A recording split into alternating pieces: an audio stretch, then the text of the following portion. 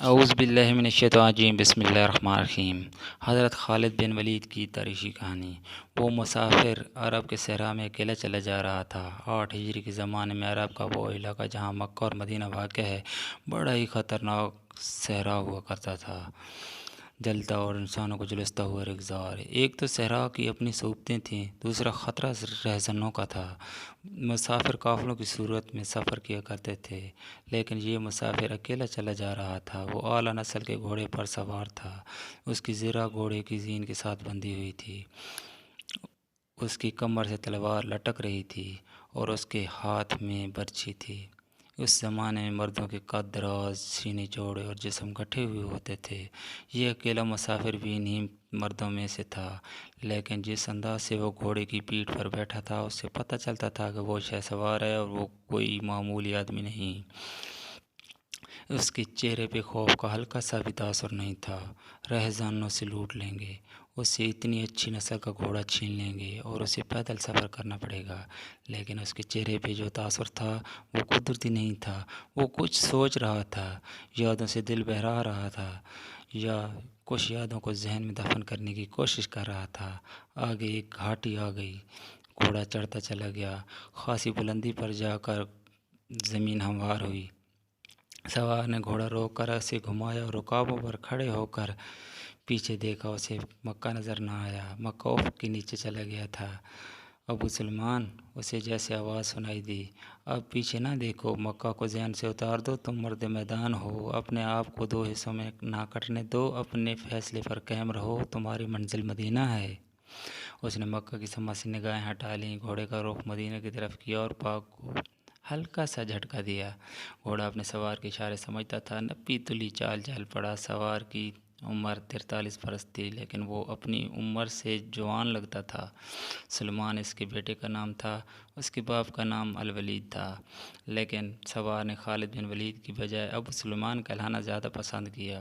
اسے معلوم نہ تھا کہ تاریخ اسے خالد بن ولید کے نام سے یاد رکھے گی، اور یہ نام اسلام کی عسکری روایات اور جذبے کا دوسرا نام بن جائے گا۔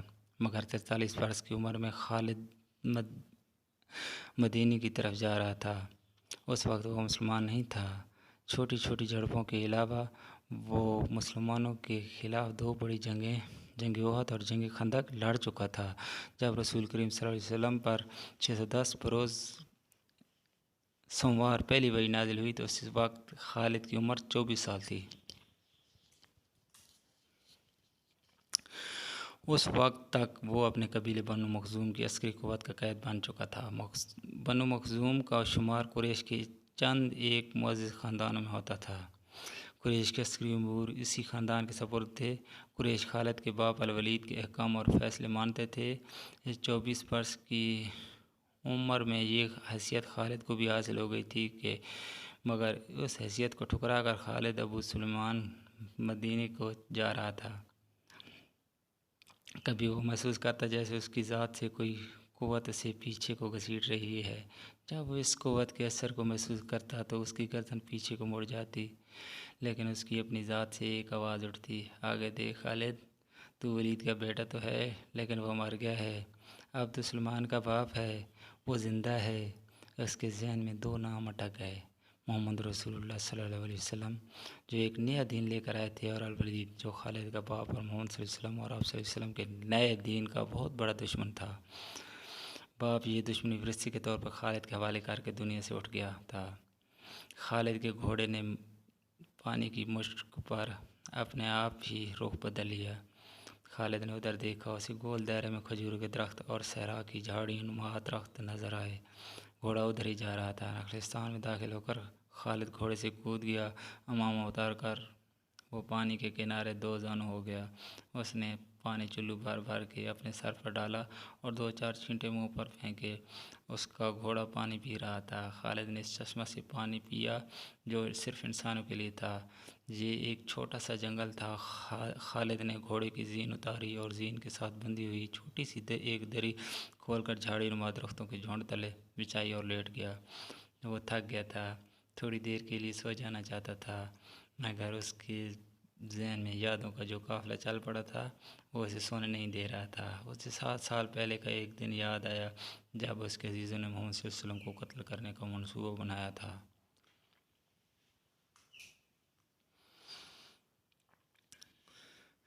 اس منصوبے میں خالد کا باپ الولید پیش تھا۔ وہ ستمبر 622 کی ایک رات تھی۔ قریش نے رسول خدا صلی اللہ علیہ وسلم کو سوتے میں قتل کرنے کے لیے ایسے آدمی چنے تھے جو انسانوں کے روپ میں وحشی اور درندے تھے۔ خالد قریش کے سرکردہ خاندانوں کا جوان تھا۔ اس وقت اس کی عمر 27 سال تھی۔ وہ حضور صلی اللہ علیہ وسلم کے قتل کی سازش میں شریک تھا، لیکن وہ قتل کے لیے جانے والوں کے گروہ میں شامل نہیں تھا۔ اسے 7 سال پہلے کی وہ رات گزرے ہوئے کال کی طرح یاد تھی۔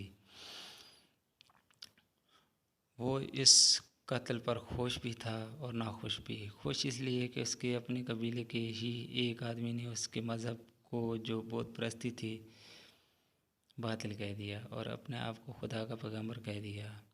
ایسے دشمن کے قتل پر خوش ہونا فطری بات تھی، اور وہ ناخوش اس لیے تھا کہ وہ اپنے دشمن کو للکار کر آمنے سامنے کی لڑائی لڑنے کا قائل تھا۔ اس نے سوئے ہوئے دشمن کو قتل کرنے کی کبھی سوچی بھی نہیں تھی۔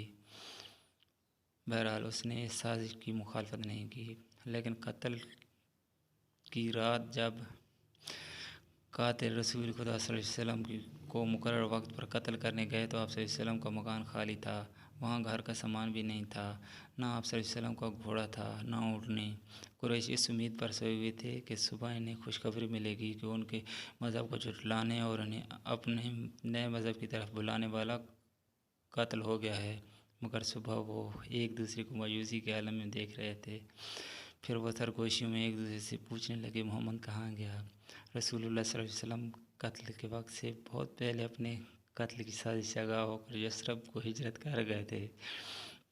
صبح تک آپ صلی اللہ علیہ وسلم بہت دور نکل گئے تھے۔ خالد کے ذہن سے یادیں پھوٹتی چلی آ رہی تھیں۔ ذہن پیچھے ہٹتے 16 برس دور جا نکلا۔ 613 کی ایک شام رسول کریم صلی اللہ علیہ وسلم نے قریش کے چند ایک سرکردہ افراد کو اپنے ہاں کھانے پر مدعو کیا۔ کھانے کے بعد رسول کریم صلی اللہ علیہ وسلم نے اپنے مہمانوں سے کہا، اے بنی عبد المطلب، میں تمہارے سامنے جو تحفہ پیش کرنے لگا ہوں وہ عرب کا کوئی اور شخص پیش نہیں کر سکتا، اس لیے کہ اللہ نے مجھے منتخب کیا ہے۔ مجھے اللہ نے حکم دیا ہے کہ تمہیں ایک ایسے مذہب کی طرف بلاؤں جو تمہاری دنیا کے ساتھ تمہاری عاقبت بھی آسودہ اور مسرور کر دے۔ اس طرح رسول اللہ صلی اللہ علیہ وسلم نے پہلی وحی کے نزول کے 3 سال بعد اپنے قریبی عزیزوں کو اسلام قبول کرنے کی دعوت دی۔ خالد اس محفل میں نہیں تھے۔ اس کا باپ مدعو تھا۔ اس نے خالد کو مذاق اڑانے کے انداز میں بتایا تھا کہ عبد المطلب کے پوتے محمد صلی اللہ علیہ وسلم نے کہا ہے کہ وہ اللہ کا بھیجا ہوا نبی ہے۔ ہم جانتے ہیں کہ عبد المطلب قریش کا ایک سردار تھا۔ الولید نے اپنے بیٹے خالد سے کہا، بے شک محمد کا خاندان اعلیٰ حیثیت رکھتا ہے، لیکن نبوت کا دعویٰ اس خاندان کا کوئی فرد کیوں کرے؟ اللہ کی قسم اور حبل اور عزا کی، میرے خاندان کا رتبہ کسی سے کم نہیں۔ کیا نبوت کا دعویٰ کر کے کوئی ہم سے اونچا ہو سکتا ہے؟ آپ نے اسے کیا کہا؟ خالد نے پوچھا۔ پہلے تو ہم چپ ہو گئے، پھر ہم سب ہنس پڑے۔ الولید نے کہا، لیکن محمد کے چچا زاد بھائی علی نے محمد کی نبوت کو قبول کر لیا ہے۔ خالد اپنے باپ کی طنزیہ ہنسی کو بھولا نہیں تھا۔ خالد کو 629 کے ایک روز مکہ اور مدینہ کے راستے میں ایک نخلستان میں لیٹے ہوئے وہ وقت یاد آیا۔ رسول اللہ صلی اللہ علیہ وسلم جن کی نبوت کو قریش کے سردار قبول نہیں کر رہے تھے، اس نبوت کو لوگ قبول کرتے چلے جا رہے تھے۔ ان میں اکثریت نوجوانوں کی تھی۔ بعض مفلس لوگوں نے بھی اسلام قبول کر لیا۔ اس سے نبی کریم صلی اللہ علیہ وسلم کے حوصلے میں جان آ گئی اور آپ صلی اللہ علیہ وسلم نے اسلام کی تبلیغ تیز کر دی۔ آپ صلی اللہ علیہ وسلم بت پرستی کے خلاف تھے۔ مسلمان ان 360 بتوں کا مذاق اڑاتے تھے جو کعبہ کے اندر اور باہر رکھے ہوئے تھے۔ طلوع اسلام سے پہلے عرب ایک خدا کو مانتے تھے اور پوجتے ان بتوں کو تھے۔ انہیں وہ دیویاں اور دیوتا کہتے اور انہیں اللہ کے بیٹے اور بیٹیاں مانتے۔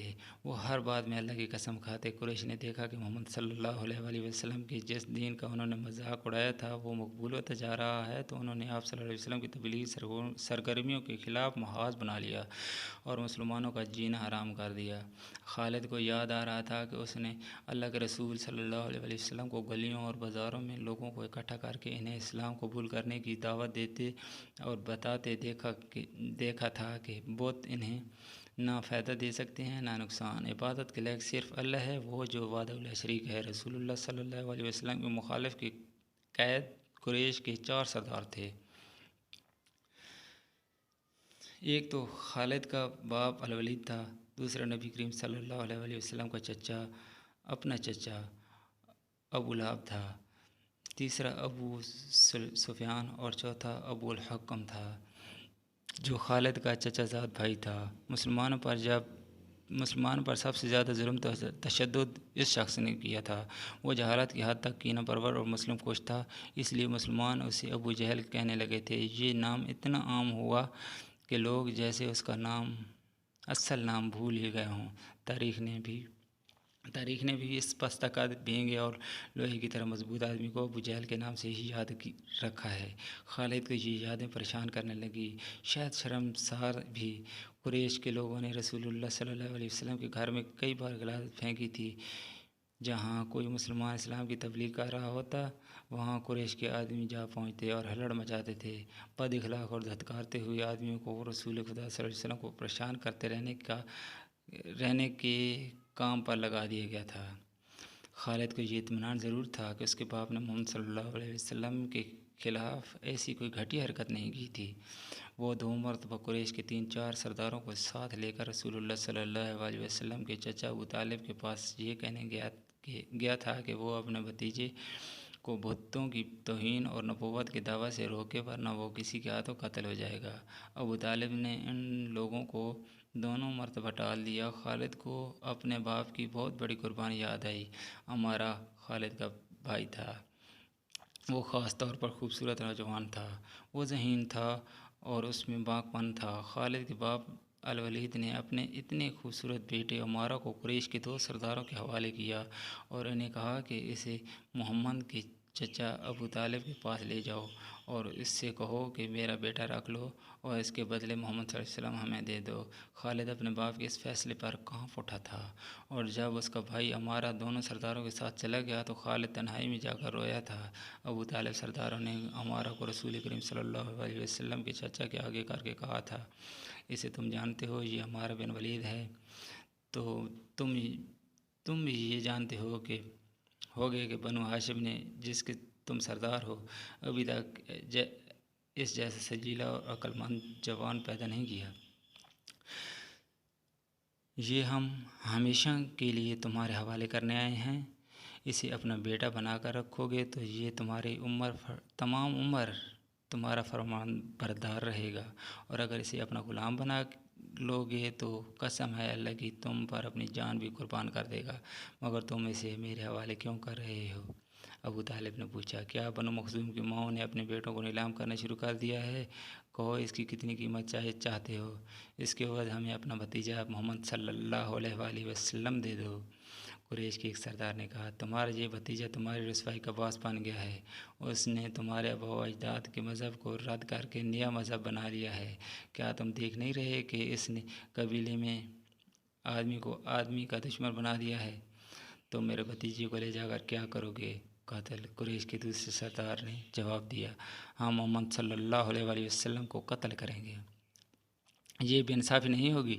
تم دیکھ رہے ہو کہ ہم تمہارے بھتیجے کے بدلے تمہیں اپنا بیٹا دے رہے ہیں، یہ بہت بڑی بے انصافی ہوگی۔ ابو طالب نے کہا، تم میرے بھتیجے کو قتل کرو گے اور میں تمہارے بیٹے کو پالوں گا اور اس پر خرچ کروں گا اور اسے بہت اچھی زندگی دوں گا۔ تم میرے پاس کیسا انصاف لے کر آئے ہو؟ میں تمہیں عزت سے رخصت کرتا ہوں۔ خالد نے جب اپنے بھائی کو اپنے سرداروں کے ساتھ واپس آتے دیکھا اور سرداروں سے سنا کہ ابو طالب نے یہ سودا قبول نہیں کیا تو خالد کو دلی مسرت ہوئی تھی۔ محمد صلی اللہ علیہ وسلم کہا تم نے کیا بگاڑ لیا تھا ابو سلمان؟ خالد کی ذات سے ایک سوال اٹھا۔ اس نے خیالوں میں سر ہلایا اور دل ہی دل میں کہا کچھ نہیں، بے شک محمد صلی اللہ علیہ وسلم کا جسم طاقتور ہے، لیکن رکانہ بن عبد جد جیسے پہلوان کو اٹھا کر پٹکنے کے لیے صرف جسمانی طاقت کافی نہیں تھی۔ رکانہ بن عبد جز رسول کریم صلی اللہ علیہ وسلم کا چچا تھا، جس نے اسلام کو قبول نہیں کیا تھا۔ یہ عرب کا مانا ہوا پہلوان تھا۔ نامی گرامی پہلوان آئے جنہیں اس نے ایک ہی دو میں پٹک کر اٹھنے کے قابل نہ چھوڑا۔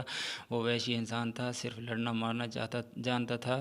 خالد کو وہ وقت یاد آنے لگا جب مسلمانوں کو دیکھ کرنے والے 3-4 آدمیوں نے ایک دن رکانہ پہلوان کو خوب کھلایا پلایا اور اسے کہا تھا کہ تمہارا بھتیجا محمد صلی اللہ علیہ وسلم کسی کے ہاتھ نہیں آتا، نہ اپنی تبلیغ سے باز آتا ہے، نہ کسی سے ڈرتا ہے، اور لوگ اس کے باتوں کے جادو میں آتے چلے جا رہے ہیں۔ کیا تم اسے سیدھا نہیں کہہ سکتے؟ کیا تم میرے ہاتھوں اس کی ہڈیاں توڑوانا چاہتے ہو؟ رکانہ نے اپنے چہرے پر مست بھینسی کا تاثر پیدا کر کے تکبر کے لہجے میں کہا تھا، لاؤ اسے میرے مقابلے میں، لیکن وہ میرا نام سن کر مکہ سے بھاگ جائے گا۔ نہیں نہیں، میں اس کے ساتھ لڑنا اپنی توہین سمجھتا ہوں۔ اس نے اکسانے والے آدمی کی بات نہ مانی۔ وہ کسی پہلوان کو اپنے برابر سمجھتا ہی نہیں تھا۔ مسلمانوں کے دشمن خاموش ہو گئے، لیکن سوچتے رہے کہ رسول اللہ صلی اللہ علیہ وسلم کو رکانہ کے ہاتھوں گرا کر آپ صلی اللہ علیہ وسلم کا تماشا بنایا جائے۔ مکہ کے یہودی خاص طور پر رسول اکرم صلی اللہ علیہ وسلم کے دشمن تھے، لیکن وہ کھل کر میدان میں نہیں آتے تھے۔ وہ خوش تھے کہ اہل قریش آپس میں بٹ کر ایک دوسرے کے دشمن ہو گئے ہیں۔ انہیں پتہ چل گیا کہ قریش کے کچھ آدمیوں نے رکانہ پہلوان کو اکسایا ہے کہ وہ رسول اللہ صلی اللہ علیہ وسلم کو کشتی کے لیے للکارے، لیکن وہ نہیں مان رہا تھا۔ ایک روز رکانہ رات کے وقت ایک گلی سے گزر رہا تھا کہ اس کے قریب سے ایک بڑی حسین اور جوان لڑکی گزری۔ چاندنی رات میں لڑکی نے رکانہ کو پہچان لیا اور مسکرائی۔ رکانہ وحشی تھا، وہ رک گیا اور لڑکی کا راستہ روک لیا۔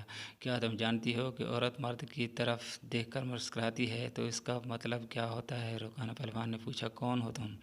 اس کا مطلب یہ ہوتا ہے کہ عورت اس مرد کو چاہتی ہے، اس جوان لڑکی نے جواب دیا۔ میں سبت بنت ارمن ہوں۔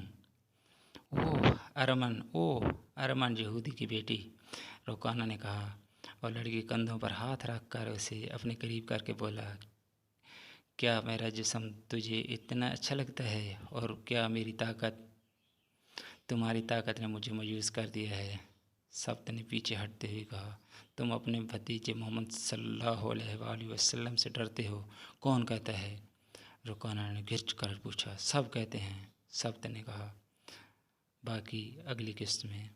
پلیز سبسکرائب کر لیں۔ شکریہ۔